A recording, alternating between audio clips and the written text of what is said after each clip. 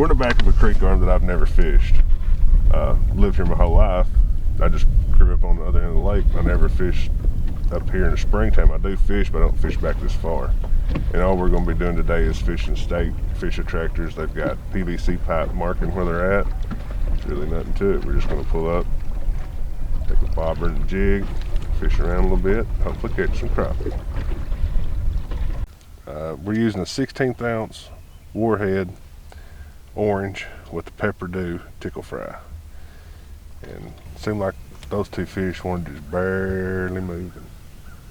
Slow as you could move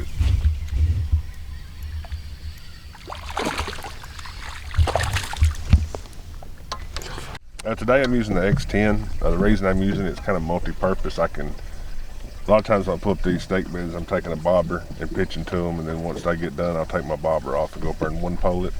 It's just easy to handle. It's a great rod. It's got backbone. It's light. It's just fun fishing it this way.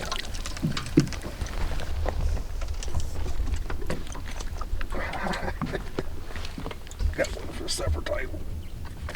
No cork? No cork.